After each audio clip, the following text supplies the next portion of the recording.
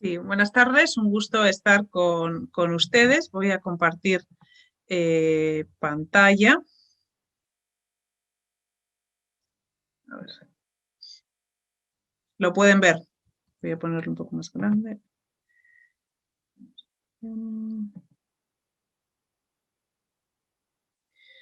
Bueno, pues yo en realidad, pues un gusto poder estar aquí, poder compartir con ustedes y también escucharles, verles, ¿no? La ponencia que yo voy a presentar, tiene que ver con los estándares de protección internacional en el sistema interamericano de derechos humanos, ¿no? Como mencionaban tanto María como Paola, ¿no? Creo que es un elemento que, efectivamente es necesario, ¿no? Nuestras legislaciones en algunos casos son proteccionistas, pero que efectivamente después no se cumple y el sistema interamericano de derechos humanos efectivamente es un instrumento, ¿no? Tanto como por utilizar el sistema como por aquellas definiciones que nos plantea el sistema, los diferentes documentos que ha elaborado, ¿no? Que nos puede ayudar también al litigio en nuestros diferentes países. Bueno, yo voy a presentar es un tema grande y potente, ¿no? En el cual, pues podíamos debatir, podíamos estar también aportando desde cada país, ¿no? Creo que eso es una riqueza muy grande, pero yo voy a presentar algunas ideas generales y para que, pues luego también desde las ponencias a lo mejor más específicas de los países también podamos ir concretando, ¿no?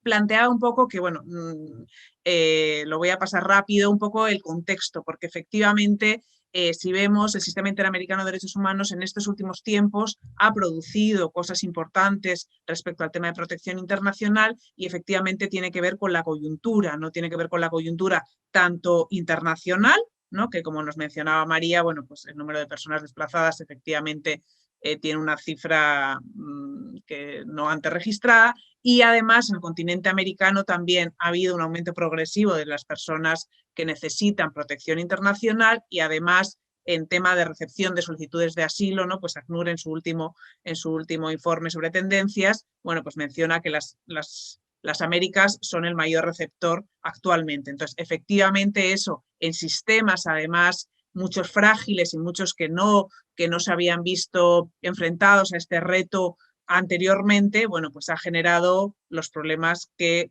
conocemos y con los cuales trabajamos y trabajan muchos de ustedes. Hay situaciones efectivamente que, que son las que lo generan, que tiene que ver con la situación de Venezuela, de Nicaragua, el Triángulo del Norte, ¿no? Y México, pues las situaciones de violencia, de amenazas, ¿no? de violencia también incluso política, ¿no? Que se viven en los diferentes países, las crisis también que se viven en Venezuela, ¿no? Y que los países de acogida pues son los cercanos, Estados Unidos, Perú, Costa Rica, México, Canadá y Brasil, ¿no? Que esos son los países de máxima acogida. Además, efectivamente, como lo vivimos, son flujos mixtos, ¿no? Esa diferenciación entre migrantes y refugiados, pues es una línea muchas veces invisibles y que además pues, nos presenta retos también de situaciones que aquí se mencionan y que después luego también se van a mencionar, ¿no? Niñas, mujeres, ¿no? Víctimas de violencia, ¿no? Violencia sexual y de género que se viven también incluso en el tránsito y en los países, ¿no? Tanto de origen como de destino, ¿no? Y luego efectivamente, como mencionaba también María, pues la situación del COVID-19 efectivamente en lo que vincula a muchos de los principios o los estándares relativos a protección internacional, efectivamente se han visto afectados, ¿no? Todo el tema de acceso a derechos, acceso a territorio, acceso a solicitudes, ¿no? Efectivamente se han visto muy afectados, ¿no? Porque, al ser ha generado mayor vulnerabilidad. Entonces, entre los documentos importantes que ha generado el sistema interamericano de derechos humanos, hay algunos vinculados a la Comisión, ¿no? Que este año ha sacado un documento muy importante, ¿no? Sobre el debido proceso, ¿no? Tanto para el reconocimiento de la situación de refugiado como de la apatridia, para la terminación, ¿no? Pero bueno, ya había antes sacado, el año pasado también sacó los principios interamericanos sobre los derechos humanos de todas las personas migrantes, refugiadas, apatrídeas y víctimas de trata, ¿no? Que también es una de las bases fundamentales para que recoge el tema de los estándares de una manera también ordenada y interesante, ¿no? Y bueno, y el anterior informe que había sacado en el 2015 también sobre el tema de movilidad humana, que también es importante, ¿no? Bueno, ahí los mencionaba, ¿no? De la comisión, y también a nivel de la Corte Interamericana también, ¿no? Hay algunos casos más emblemáticos, ¿no? Que bueno, ahí los mencionaba, que ya ustedes pues, los conocen, y además también se ha generado bastantes o algunas opiniones consultivas que han permitido también recoger algunos de los estándares. Pero bueno, hay documentación que efectivamente luego, bueno, pues depende de lo concreto que queramos analizar, pues nos interesarán más algunos u otros. Bueno, aquí mencionaba, ¿no? Dentro de los principios interamericanos, hace mención sobre qué es la protección internacional, ¿no? Que bueno, sobre todo aquí lo que quería resaltar es que efectivamente bueno, está vinculado a los derechos, ¿no? A la protección que hacen los estados o los organismos internacionales respecto a los derechos humanos, ¿no? Amenazados, no vulnerados a personas de una nacionalidad o residencia y que el Estado no puede protegerles, ¿no? Pero lo que me parece interesante también es que comprende la protección y ahí los principios hablan como de tres colectivos, ¿no? Por una parte, los solicitantes de asilo y refugio, y ahí menciona tanto la Convención como la Declaración de Cartagena, ¿no? Que, bueno, pues el tema de la Declaración de Cartagena, efectivamente, el reconocimiento de las personas como refugiadas a través de la definición de Cartagena en muchos de nuestros países es un problema importante, ¿no? Luego también, bueno, habla pues de personas de nacionalidad extranjera con base, ¿no? que según las obligaciones internacionales de derechos humanos y en particular algunos de los principios tendrían que ser protegidas, y luego habla de las personas que en situación de apatridia, que efectivamente muchos de nuestros países no tienen procedimientos para reconocerlos, entonces es una de las problemáticas que se ven. En cuanto a qué supone la protección internacional, bueno, pues como ya ustedes conocen, tiene que ver con el acceso igualitario y al disfrute de los derechos, ¿no? Pero también con los derechos de seguridad, bienestar, ¿no? De acuerdo a los estándares internacionales ¿no? de las personas en movilidad y en específico de asilo y refugiados, ¿no? Que es un poco de lo que vamos a conversar. Respecto a los estándares, lo que el sistema interamericano, bueno, la Corte, la Comisión hacen mucho énfasis es que efectivamente el derecho a buscar y recibir asilo está relacionado con estos principios que aquí menciono, ¿no? El tema de prohibición de devolución, ¿no? Que el principio de no devolución, que haya un procedimiento con garantías mínimas para que eso se pueda dar, que también eso esté vinculado a la protección judicial con garantías y que este derecho está vinculado a derechos básicos de la persona, derechos humanos, ¿no? Que son la vida, la integridad y libertad. Y que desde estos derechos que se ven afectados es desde donde se tiene que regular, ¿no? o interpretar lo demás y sobre todo lo vinculado al procedimiento y a las garantías mínimas. En un primer momento, bueno, me voy a centrar sobre todo en el debido proceso y en la no devolución, ¿no? En cuanto al debido proceso, lo que el sistema ha destacado es que efectivamente, o sea, si queremos que, o sea, si un país quiere proteger el derecho al asilo y la prohibición de devolución, efectivamente eso está vinculado necesariamente con un proceso que tenga las garantías mínimas. Si no hay ese proceso, es imposible que un Estado proteja ambos derechos o a principio, ¿no? Y por lo tanto la Corte, en una opinión consultiva ya del 2018, lo que dice es que los países tienen que tener dentro de su legislación interna un procedimiento claro y que sea adecuado a los bueno, a los estándares, al procedimiento, ¿no? Y a los derechos que busca proteger este procedimiento. En ello, bueno, el sistema interamericano efectivamente se basa en el artículo 8 de la Convención, ¿no? Que tiene que ver un poco, bueno, pues con los principios procesales que tienen que estar protegidos para cualquier acto que el Estado adopta vinculado a los derechos de las personas, ¿no? Entonces, esos se refieren tanto a procesos penales, administrativos, ¿no? De diferente índole, y dentro de ellos están los procedimientos de reconocimiento del estatuto de refugiado. Y también hay que mencionar que en el continente americano muchos de los países o el mayor porcentaje de países, el reconocimiento del estatuto de refugiado está vinculado a instancias administrativas, no tanto a instancias judiciales, sino a instancias administrativas, y que muchas además tienen como la libertad también de hacer sus propios reglamentos, ¿no? Y eso también, bueno, pues a veces complica el tema de los debidos procesos. En cuanto a, en específico, algunos temas que tienen que abordar el debido proceso, bueno, efectivamente, como conocemos, el procedimiento tiene que contar con la flexibilidad suficiente para que tenga en cuenta la realidad de estas personas, ¿no? Como en otros encuentros hemos tenido, por ejemplo, todo el tema de pruebas, ¿no? Pues que muchas veces efectivamente las personas no se preparan su file de pruebas y salen huyendo, ¿no? Sino que tiene que ser lo suficientemente flexible, ¿no? O a veces la complejidad también de expresar lo que se vive, lo que no, la persecución que se ha vivido, y por lo tanto todo el tema de la manera de hacer la entrevista, de quién te hace la entrevista, ¿no? Eso es muy importante. Como lo mencionaba también, el hecho de que estos procedimientos estén vinculados, o los derechos comprometidos en estos procedimientos tengan que ver con la libertad, la integridad y la vida, eso, ¿no? Desde el caso Pacheco Tineo ya menciona que que los procedimientos tienen que ser adecuados para este tipo de derechos, y que en esos procedimientos se debe de establecer, ¿no? Que si la persona cumple con los estándares de riesgo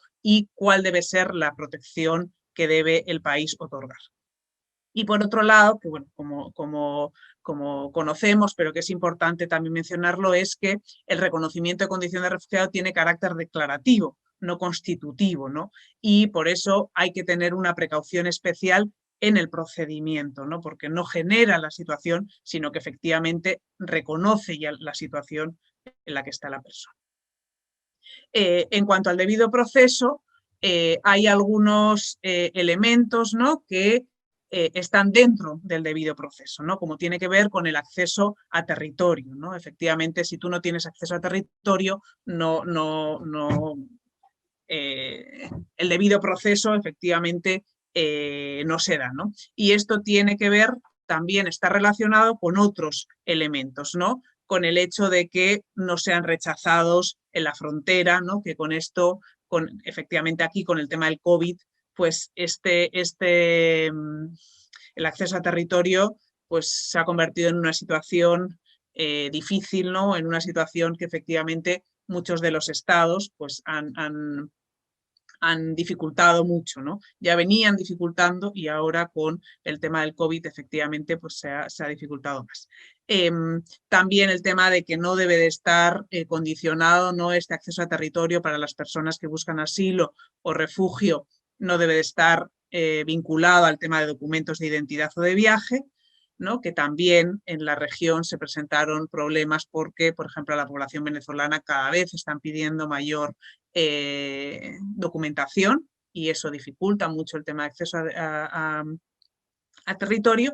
Y bueno, efectivamente también está vinculado, además del no rechazo a la frontera y la importancia que tienen las autoridades migratorias, ¿no? Que estén capacitados, que sepan sobre la protección internacional, que conozcan los diferentes casos en los que las personas pueden ser objeto de protección internacional, ¿no? Eso es importante. También lo que se mencionaba antes también tiene que ver esto con el tema de la prohibición de expulsiones colectivas, que las expulsiones colectivas a veces no es porque sea un gran número de personas, sino lo que dice la Corte Interamericana, la Comisión, el sistema, y lo repite en varias situaciones, es que una expulsión colectiva es aquella que no basa su decisión en el análisis de la situación individual, sino que expulsa por ser parte de un colectivo o sin analizar el caso concreto, ¿no?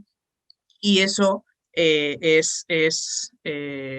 bueno, una situación, bueno, ya en las ponencias siguientes nos van a hablar del tema, ¿no? También está vinculado al tema de la no sanción por ingreso irregular, porque efectivamente eso dificulta el acceso al territorio, y la no detención migratoria.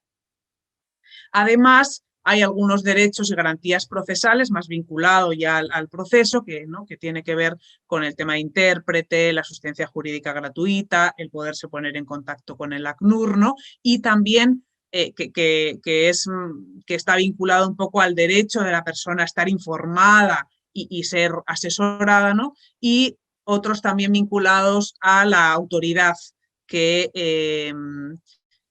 deciden, ¿no? El que sea imparcial, capacitada, que esté identificada en la norma, quien lo decide, ¿no? Que tenga un procedimiento establecido, ¿no? el hecho de que sea un procedimiento confidencial, que la persona pueda hacer uso de los medios de prueba lícitos y admitidos en derecho, y fundamental, los tres últimos me parece que son importantes, el tema de la decisión motivada, ¿no? Que tenga en cuenta el proceso. Y aquí, por ejemplo, todo el tema de cuando usan o no usan la definición de Cartagena, que esté motivada, ¿no? ¿Por qué sí, por qué no? El tema del recurso idóneo y efectivo, ¿no? Ahí la Corte Interamericana, ¿no? El sistema hace mención a dos elementos. Por una parte, la obligatoriedad de informar sobre este recurso, y por otro lado, el efecto suspensivo del mismo, ¿no? Que para efectivamente que no sea la persona expulsada, sino que permanezca en el país hasta que se resuelva, ¿no? Y luego la duración razonable del proceso, que, bueno, ya ahora me acuerdo la clínica de la Iberoamericana de México, que había utilizado este tema, ¿no? El de que no respondían, ¿no? Porque efectivamente los sistemas están colapsados, entonces no se da respuesta en el plazo razonable, lo cual genera mucha incertidumbre, dudas y sufrimiento a las personas. En cuanto a la no devolución, bueno, hay diferentes convenciones internacionales, ¿no? En las que se basa este principio, ¿no? Bueno, pues la Convención Interamericana, la Convención Americana de Derechos Humanos lo recoge, también la Convención contra la Tortura y otros, ¿no? Y otros tratos o penas crueles, inhumanos y degradantes también recoge la prohibición de los estados de expulsar cuando se corre el riesgo de que haya sometimiento a torturas, ¿no? Y efectivamente este es un principio, garantía y objetivo del debido proceso, ¿no? Porque si no se protege la no devolución, pues efectivamente el debido proceso poco papel tiene, ¿no? Y por otro lado, aquí surge la importancia de la protección complementaria también, ¿no? O sea, el hecho de que los países reconozcan o afirmen que esa persona no está en situación no lo reconozcan como situación de refugiado, no quiere decir que la persona pueda ser devuelta, sino que los casos en los que hay un peligro también puede darse la protección complementaria para aquellos países, y ya ¿no? varias legislaciones también reconocen esa posibilidad, ¿no? O sea, ahí tienen alguna calidad migratoria para las personas que finalmente no son reconocidas como refugiadas. Y eso es importante y bueno, pues se viene también desarrollando cada vez más. También la no devolución viene, hay los diferentes documentos que ha sacado el sistema interamericano, tiene que ver, bueno, pues que no es solamente la devolución directamente al país el que amenaza, sino que tampoco se puede dar la devolución indirecta o en cadena, es decir, yo devuelvo a un país que sé que a su vez que te va a devolver al país donde corres riesgo, eso está prohibido. Y también hace mención y hay hay casos sobre el tema de la prohibición de devolución en casos de salud. Es decir, cuando se determina que la salud pueda ser afectada, no solo vamos a decir es el riesgo de persecución, o, ¿no? sino que tiene que ver con enfermedades, sobre todo algunas, ¿no? Pues, por ejemplo, el VIH, de que si te devuelven al país no vas a poder ser tratada, ¿no? Y hay una medida cautelar, incluso en el caso de Venezuela, que lo que la CIDH hace es analizar la situación en Venezuela y dice que efectivamente no hay posibilidad de que la persona que tiene VIH sea tratada en Venezuela, y entonces al país le menciona que sería una vulneración del principio de no devolución. Y luego, bueno, quería también mencionar algunos otros estándares. Efectivamente, bueno, habría mucho que decir, pero algunos otros estándares que también están mencionados en el sistema interamericano y que además, bueno, pues también son estándares de derechos humanos, ¿no? Como por ejemplo el interés superior del niño. Toda decisión que afecta a los niños tiene que partir del interés superior del niño, ¿no? El tema de la no discriminación, igualdad de protección, y ahí es importante todo el tema de la xenofobia, ¿no? Que en muchos de los países está creciendo, y cómo eso no afecta, ¿no? O se protege frente a estas situaciones. El principio pro persona, ¿no? Que debe aquí me parecía interesante, ¿no? El que debe reflejarse en las condiciones de interpretación de los hechos, ¿no? O sea, tanto en cómo vemos la situación y cómo interpretamos la situación de esa persona también, y cómo para denegarle derechos también hay que ser lo más, o sea, hay que ser lo más restrictivo posible, ¿no? O sea, que a la hora de proteger veamos ampliamente, y a la hora de restringir más restrictivamente. Otro estándar, efectivamente, que es importante es el de la unidad familiar, y ya hay sentencias en este sentido. La perspectiva de género, ¿no? Que todo el tema vinculado a la violencia de género o también a las poblaciones LGTBIQ. Y por último, la protección de los DES, ¿no? Que efectivamente ahora, por ejemplo, con ya los principios interamericanos ya mencionan, ¿no? Que tanto a las personas migrantes, refugiadas, solicitantes de asilo y otras personas con necesidad de protección tienen que protegerse diferentes derechos, ¿no? La salud, el trabajo, la educación, la vivienda, la cultura, y efectivamente en este tiempo del COVID, ¿no? O lo que mencionaba también María, no sé si en la ponencia o antes, todo el tema, por ejemplo, de la vacuna, ¿no? De cómo los países van a asumir la vacuna para estas personas, y bueno, cómo han ido asumiendo también las situaciones de cómo afecta el COVID a estos colectivos, ¿no? Entonces, bueno, me parecía importante también resaltar estos otros estándares, que bueno, no los he profundizado tanto, pero efectivamente en estos casos también los menciona el sistema interamericano y ayuda a definirlos, ¿no? Y ahí me quedaría yo.